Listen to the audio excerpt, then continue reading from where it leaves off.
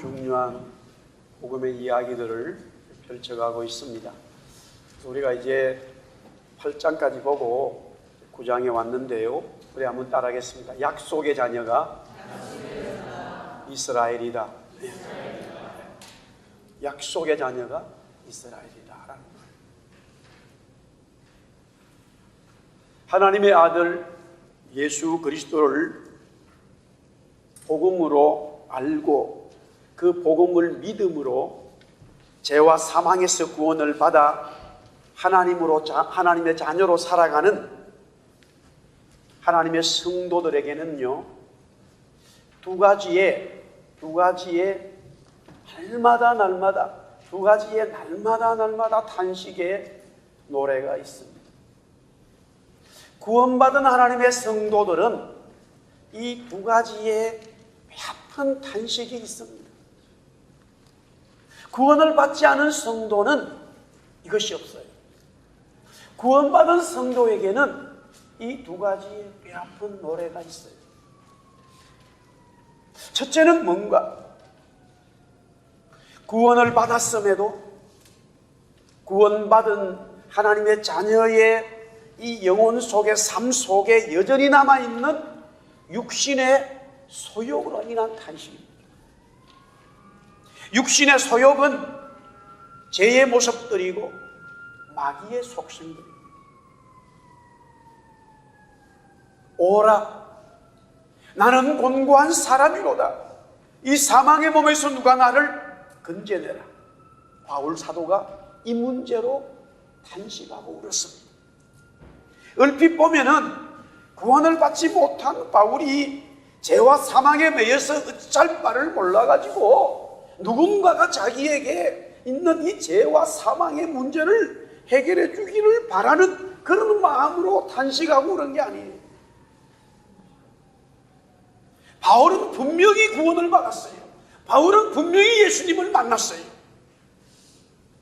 그럼에도 그가 날마다 하루하루 살아가는 그 삶 속에서 자신 속에 있는 이 육신의 소욕이 자기를 짓누르고 하나님의 성령의 소욕으로 나가야 되는데 생각과 어떤 그 삶 속에서 그런 것들이 지워지지 않는다 이 말이에요. 그것 때문에 날마다 바울은 십자가 앞에 자기의 육신의 소욕을 내려놓고 오라 나는 공고하다. 이 사망의 몸에서, 이미 사망의 몸에서 구원받은 자지만은 사망을 다스리고 있는 죄의 소욕들이 자기를 괴롭히니까 그 탄식의 노래를 부르고 있다 이 말이에요. 정말로 구원받은 사람은요, 이 노래가 있어요. 내가 정말로 구원을 받았다면은 내 속에 일어나는 죄악의 속성들을 하나님, 이 죄악의 속성들을 성령의 소욕으로 이기게 하여 주옵소서. 그것을 날마다 십자가에 내려놓고 죽이면서 자신의 소욕을 죽이면서 하나님이 주신 구원의 삶과 사명의 삶과 성도의 모습으로 살아가고 있다 이 말이에요. 아멘. 이미 그것은 우리가 말씀을 통해서 알았죠. 두 번째 탄식은 바로 다른 영혼에 대한 노래입니다. 눈물입니다. 나 자신을 제외한 모든 다른 영혼이에요. 가족, 친지, 친구, 자기 민족, 그리고 나와 관계없는 민족에까지 그 영혼들이 죽어가는 영혼들이 있기 때문에 그 영혼을 보면서 날마다 탄식하는 거예요. 수십만 명, 수천 명의 사람들이 우상에 빠져서 지금 지옥으로 치닫고 있어요. 이 세상에 너무나 많은 사람들이 하나님의 복음을 모르고 죄악 속에서 허덕이다가 지옥으로 가고 있다 이 말이에요.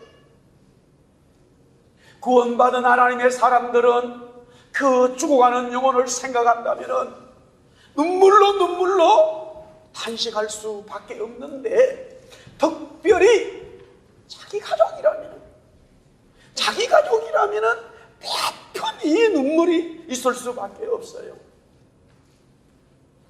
어떤 선교사님은 하나님께서 그분에게 구원을 주셔도 사명을 주셔서 정말로 모르는 어떤 민족에 가가지고 복음을 전하게 하는데, 그 민족들이 이 선교사님의 말씀을 듣고 헌신을 듣고 막 살아나고 구원받고 은혜받고 하나님을 찬송하는데, 진작 자기의 식구들은 아무도 믿지 않는다. 그것을 생각하면 할수록 하나님, 저 민족은 나로 말미암아 구원의 은총의 복음을 듣게 하는데 우리 가족들은 왜 그리스도를 믿지 않습니까? 받아들이지 않습니까? 이 눈물이 하지 않을 수 없다 이 말이에요. 오늘 바울은 이스라엘 동족에 대한 눈물의 탄식을 토해내고 있습니다. 이게 9장부터 10장, 11장까지 그 내용이 나와 있습니다. 오늘 우리 다시 한번 같이 읽어볼까요? 9장 1절에서 3절까지 말씀 다시 한번 읽어보겠습니다. 우리 다 같이 시작. 내가 그리스도 안에서 참말을 하고 거짓말을 아니하노라. 나에게 큰 근심이 있는 것과 마음에 그치지 않는 고통이 있는 것을 내 양심이 성령 안에서 나와 더불어 증언하노니, 나의 형제 곧 고륙의 친척을 위하여 내 자신이 저주를 받아 그리스도에게서 끊어질지라도 원하는. 여기서는 이스라엘 백성들, 자기의 동족이 구원을 받아야 된다라는 말은 없어요. 그러나 분명히 이 자기의 동족이 구원을 받아야 된다라는 하는 이 이미지를 가지게 됩니다. 로마서 10장 1절에 바울은 토론하고 있습니다. 형제들아, 내 마음에 원하는 바와 하나님께 구하는 바는 이스라엘을 위함이니 곧 그들로 구원을 받게 하리라. 로마서 10장 1절에는 아예 대놓고 바울이 자기 형제들이 예수 믿고 복음으로 돌아오는 것을 기도하고 있다 이 말이에요. 이것이 단순히 기도의 정도가 아니라 그리스도에게서 끊어질지라도, 자기가 그리스도에게서 끊어질지라도 자기의 동족들이 구원받는 것을 원하고 있다 이거예요. 정말로 거짓이 아닌 진실된 말이라고 말하고, 자기가 살아가는 삶 속에 그것이 큰 고통으로 남아있고 성령께서 자기 양심 속에 계속적으로 말하고 있다 이거예요. 사랑하는 성도 여러분, 우리가 구원을 받았을 때에 구원받은 하나님의 자녀로 살아가면서 하나님의 영광이 돼야 되는데 그렇지 못할 때 너무너무 우리의 마음이 짓눌러지지요. 또한 마찬가지로 나는 그래도 구원받아 하나님의 영원한 은혜를 누리고 있는데, 영원한 하나님의 자녀가 되었는데, 나의 가족, 친구, 친척, 내가 너무 사랑하는 자들이 아무리 내가 복음을 전해도 받아들이지 않을 때 정말로 그 여리고성 같은 그 답답한 마음, 그 여리고성이 언제 무너질까 눈물로 기도하지 않을 수 없어요. 지금 우리 대한민국의 복음이 이제 150년 정도 그러면서 6대, 7대째 예수 믿는 가족들이 있어요. 어떤 분들은요, 한 사람이 한 1800, 1900 몇 년도에 한 분이 예수를 믿었는데 그분으로 통하여 남편 믿고, 그분으로 통하여 시아버지, 시어머니가 믿고, 시집이 믿고, 친정의 식구들이 믿고, 그러면서 자녀들이 믿고요. 예수 믿는 정도가 아니라 거기에 막 목사님, 선교사님이 계속 나오고.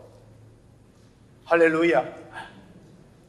저는 그런 이야기 들으면 기가 팍 죽어. 제가 예수 믿는 것은 막 너무 감사한데, 우리 가족들은 지금, 저의 가족들이나 우리 아내 가족들은 전혀 복음을 몰라요. 저도 지금 날마다 기도하고 있는 기도에 큰 뼈 아픈 기도입니다. 예수를 믿고 가족들이 목사님이 있고 선교사님이 있고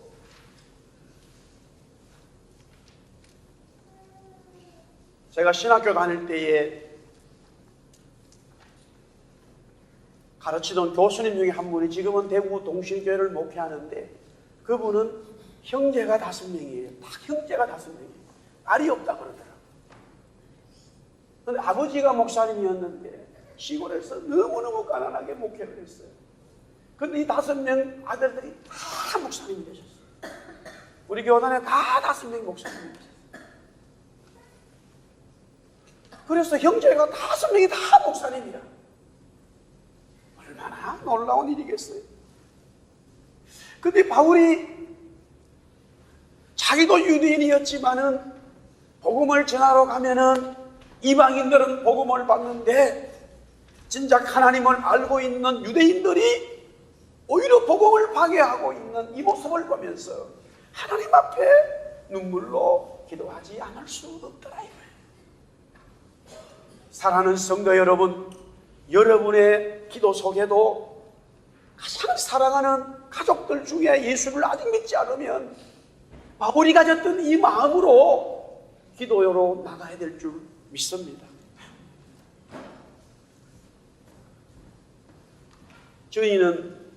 저희 가족은 형제가 4형제였어요.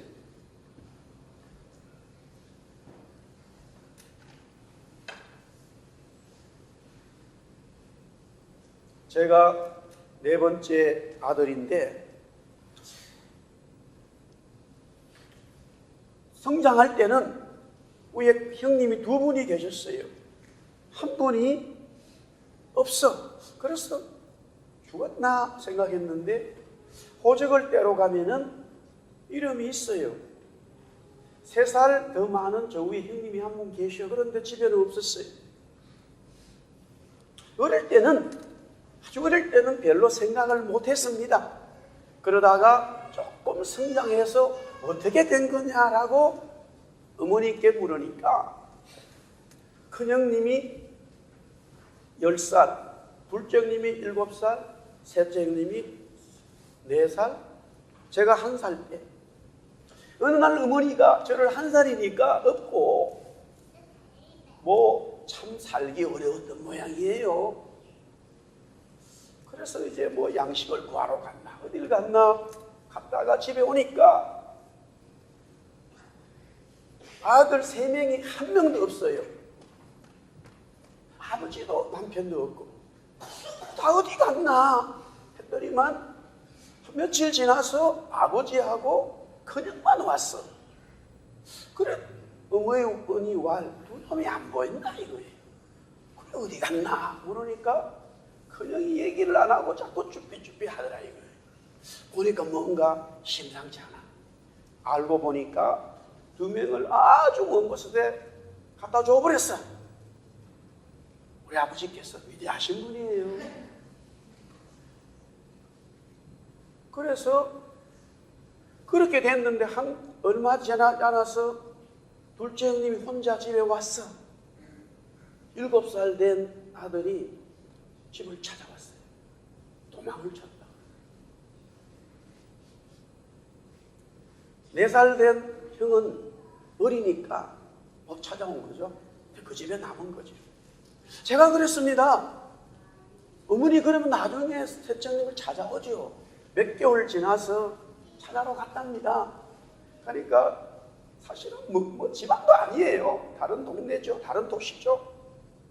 다른 군인데 시골에 말하면 그 집에는 여자들만 알배만 있었고 아들이 없어서 우리 아버지에게 얘기한 거예요. 먹고 살 게 없으니까 줘버린 거죠. 호적은 그대로 두고. 그래서 제가 데려올라 그랬더니만 거기서 뭐 잘 놀고 있고 그 집에 보니까 뭐 고구마도 있고 감자도 있고 뭐 쉽게 말하면 먹을 게 있더라 이거예요. 데려오면 먹을 게 없으니까 그냥 어머니가 울고 그냥 자기도 두고 왔다 이거예요. 세월이 많이 흘렀습니다. 셋째 형은 그래도 나를 데려와야 된다는 거였다고요. 어머니가 할 말이 없죠. 소식이 없어요. 그래서 소식이 없어. 이런 상황에서 그냥 둘째이 어머니를 따라서 교회 다님으로 신앙생활을 했어요. 저는 지금도 예수를 믿었다라고 이렇게 저는 보고 싶어요. 뭐 다른 분들도 그렇게 얘기는 하더라고요. 그러나 10대가 지나고 20대가 지나면서 두 분 다 신앙생활에서 빠져나갔습니다. 우리 집이 변화가 별로 없어요. 그럼에도 저는 이상하게 하나님께서 저에게 자비를 베푸셨다. 우리 집이 뭔가 변화되어져서 제가 예수 믿은 것도 아니다. 특별한 게 달라진 게 없어요. 상황은 그때까지 상황은 별반 차이가 없었어요. 그런데 하나님은 그렇게 해서 제가 뭐 특별한 것이 있는가? 아무것도 없죠.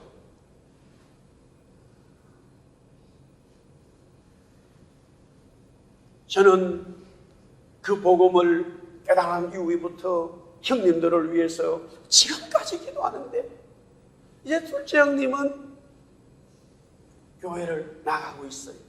아직 큰 형님은 집이 더 좋은 모양이에요. 친구가 좋고. 그래서 얼마 전에 가장 형님의 사랑하는 친구가 선교사님이니까 그분한테 부탁을 해서 일본에 전화 좀 하라고 전화를 했던 모양이에요.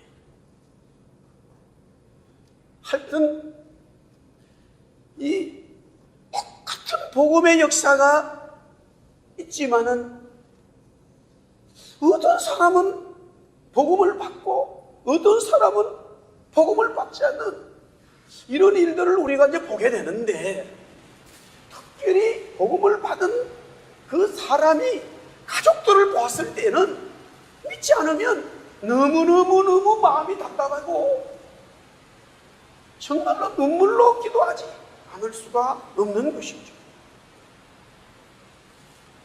오죽했으면은 바울이 그리스도에게서 끊어질지라도 그렇게 되지는 않습니다만은 그렇게 된다면 되겠다라는 마음으로 자기 이스라엘 민족에 대한 구원의 은혜를 하나님 앞에 호소하고 있더라는 거예요. 이스라엘이라는 이름은 야곱에게서 나왔습니다. 야곱의 뜻은 발 뒤꿈치를 잡았다. 형 에서의 삶을 이미 어머니 뱃속에서부터 쌍둥이로서 잡아버려요. 너는 내 밑이야. 결국 야곱은 그런 삶을 살아가게 됩니다. 어머니 뱃속에서부터 그런 삶을 살더니만이 태어나서부터 그런 삶을 살아가게 되는 거죠. 형을 속이고 아버지를 속이고 삼촌을 속이고 이웃의 사람들을 속이고 어떻게 하든지 자기가 쟁취하고자 하는 것을 반드시 이루어내는 그런 야곱의 삶입니다마는 그것이 이제 종착역에 다다르게 됩니다. 결국 남이 다른 사람을 죽이려고 한 게 아니에요. 심지어 자기 딸이요 디나가 이 세겜에 있을 때에 세겜 주장이 디나를 사랑해서 이제 문제가 발생되잖아요. 그때에 야곱의 두 아들이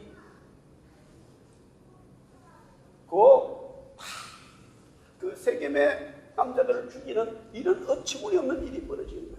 그렇게 된 것도 할례를 받으면은 우리가 서로 결혼하고 이제 하나님 앞에 언약을 세우자 약속해서 세겜의 사람들이 그 야곱의 이야기를 듣고 전부 다 남자들이 할례를 받게 됩니다.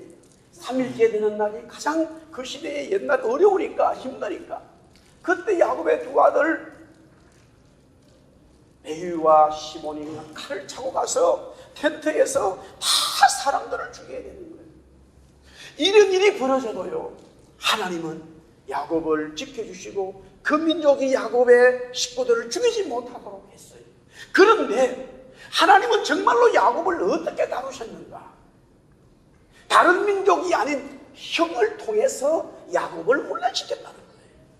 결국 400명을 거느리고 형 에서가 오잖아요. 그때서야 야곱이 처음부터 하나님 앞에 주님 잘못했습니다, 도와주세요, 그러진 않았어요. 전형적인 야곱의 성격과 삶의 스타일이 나오죠. 자기 부인이 4명인데 제일 사랑하지 않는 부인부터 앞에 세우는, 참 그 여자들은 불행할 거예요. 그러나 야곱에게는 어쩔 수가 없어요. 그게 그 사람의 삶이에요.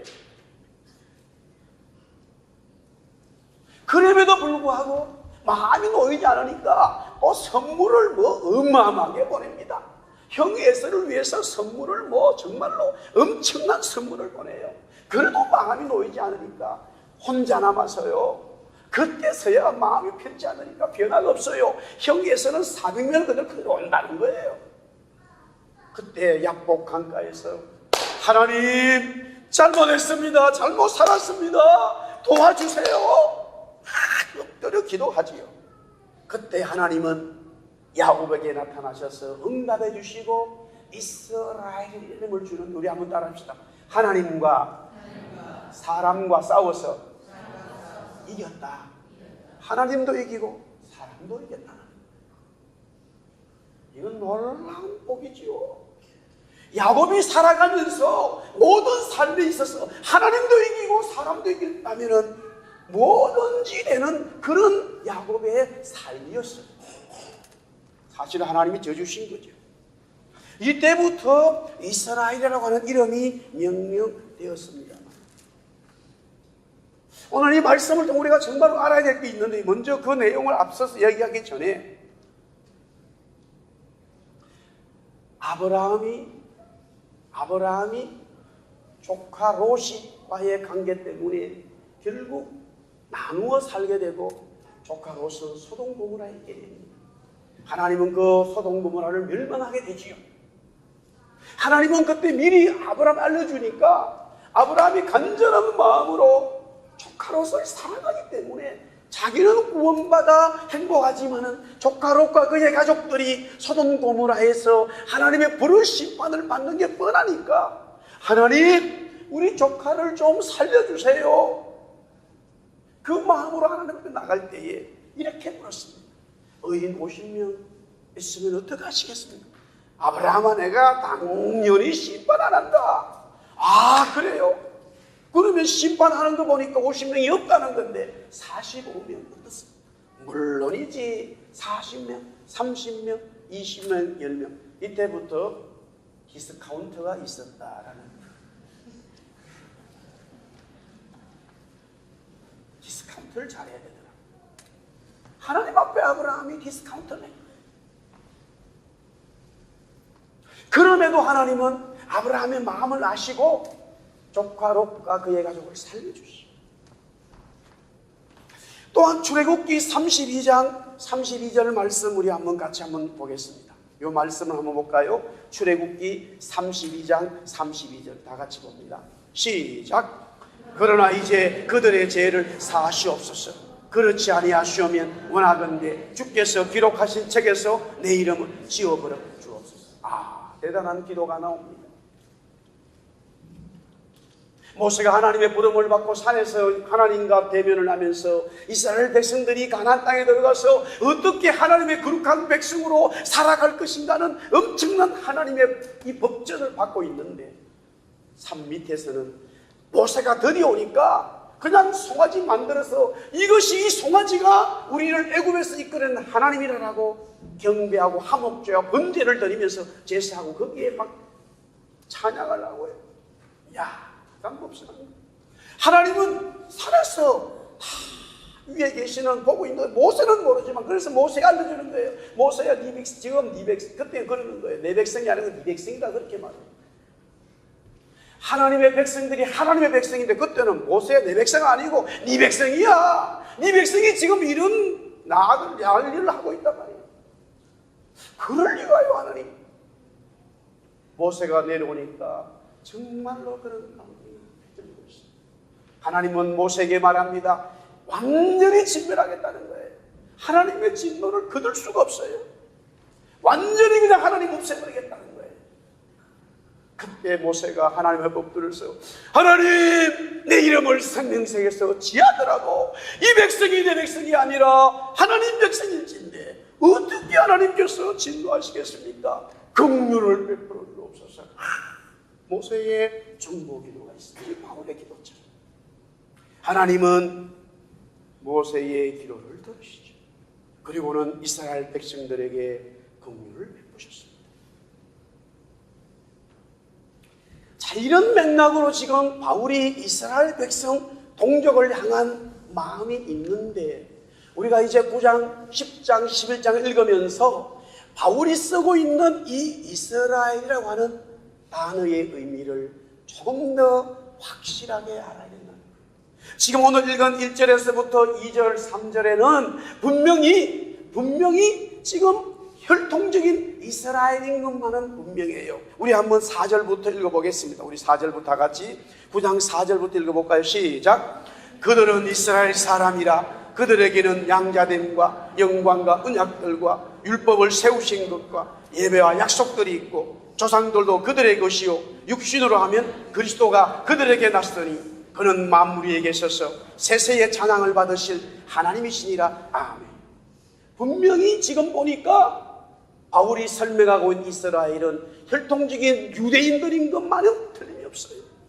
그들은 바로 영광이요 양자요 언약이요 율법을 세울 뿐만이 아니라 하나님 앞에 예배자로 선택을 받았고 특별히 그리스도 주님이 이 유대민족을 통하여 오셨다고 하는 어마어마한 복을 유대민족은 이스라엘은 가지고 있더라 이 말이에요.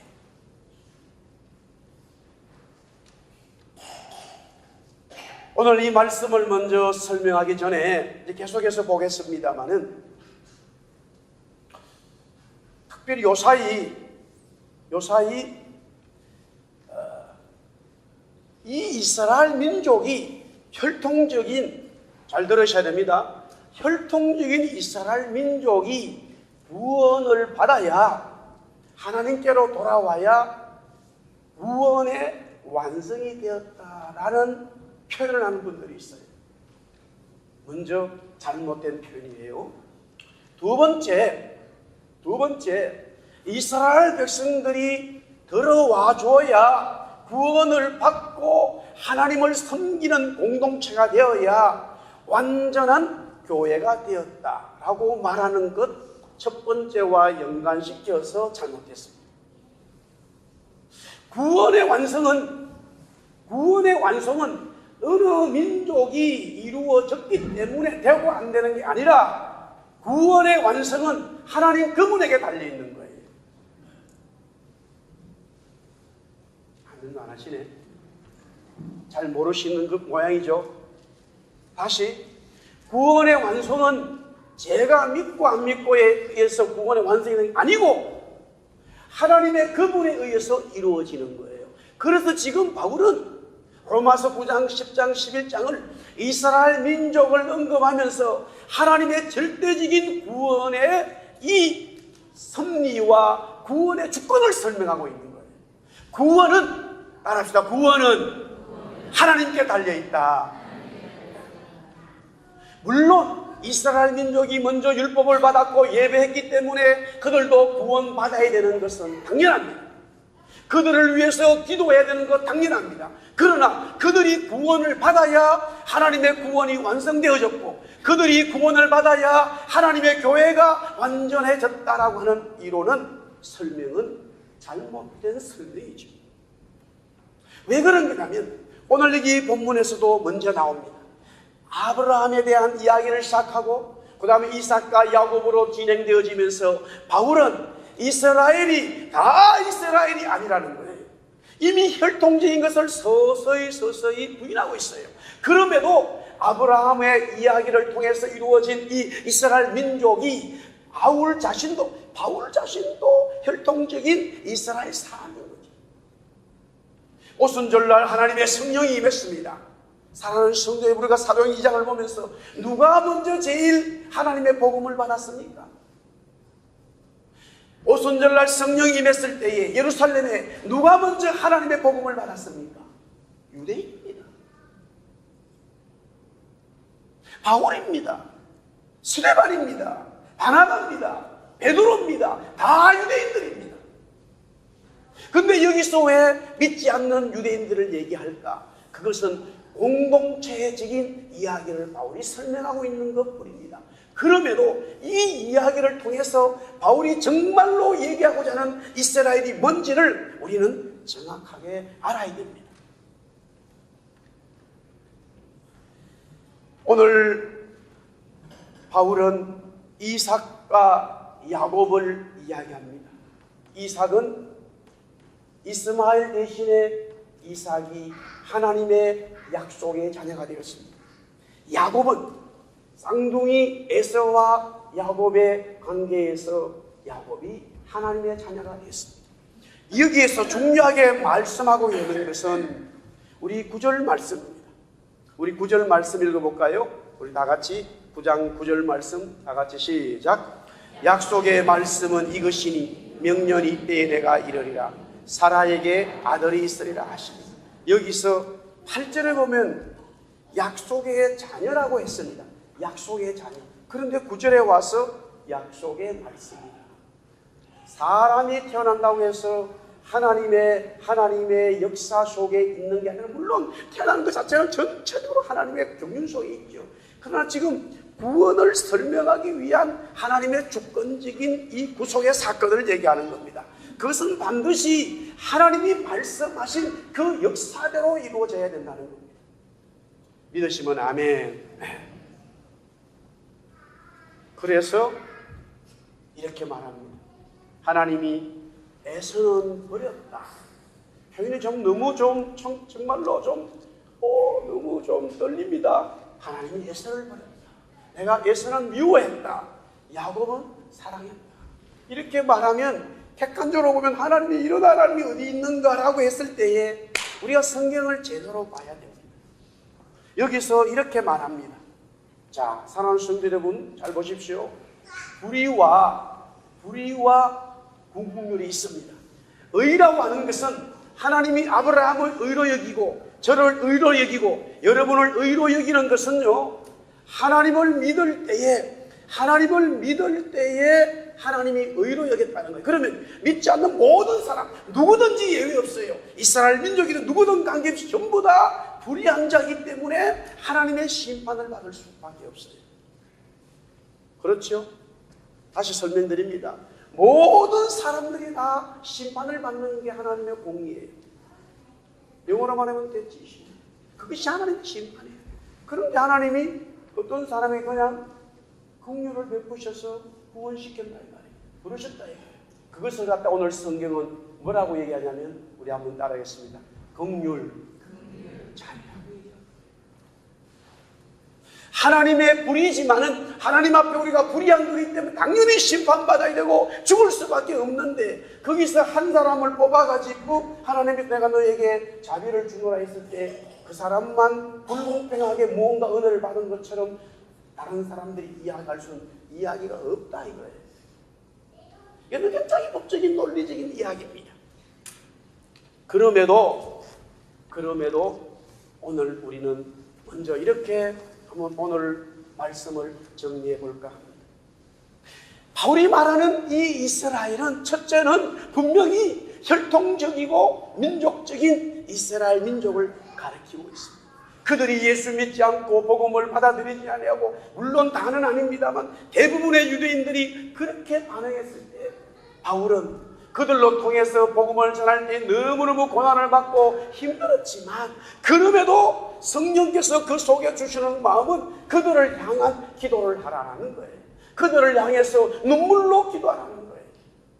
그렇다면 우리 또한 여러분들이 하나님의 구원을 받은 자녀가 되어졌을 때에 여러분의 남편과 여러분의 아내와 여러분의 부모와 여러분의 자녀들 가족들이 예수 믿고 하나님의 자녀 되도록, 스피리추얼 이스라엘이 되도록 여러분은 정말로 눈물로 기도하는 것이 마땅하다는 것을 오늘 먼저 이 말씀을 통해 우리는 깨닫습니다. 아멘. 그것이 더 넓어져서 나와 무관한 모든 사람들의 영혼을 위해서 눈물로 기도하며 그들의 구원을 위하여 하나님께 나아가는 우리 성도들 교회 돼야 될 줄 믿습니다.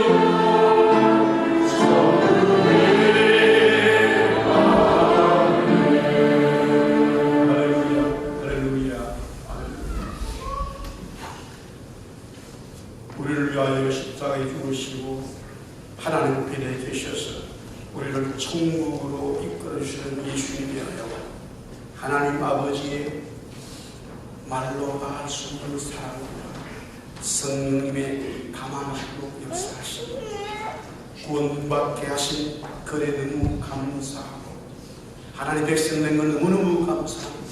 주님, 사랑하는 나의 가족들, 오늘 바울이 말한 것처럼 이스라엘 민족들이 아직까지 복음을 받아들이지 않고 있는데, 주님, 그들을 위한 우리의 기도가 주님 앞에 상달되도록 그 믿음으로 나아가는 주의 백성들 위해 이제로부터 영원토록 함께 있을지어다. 아멘.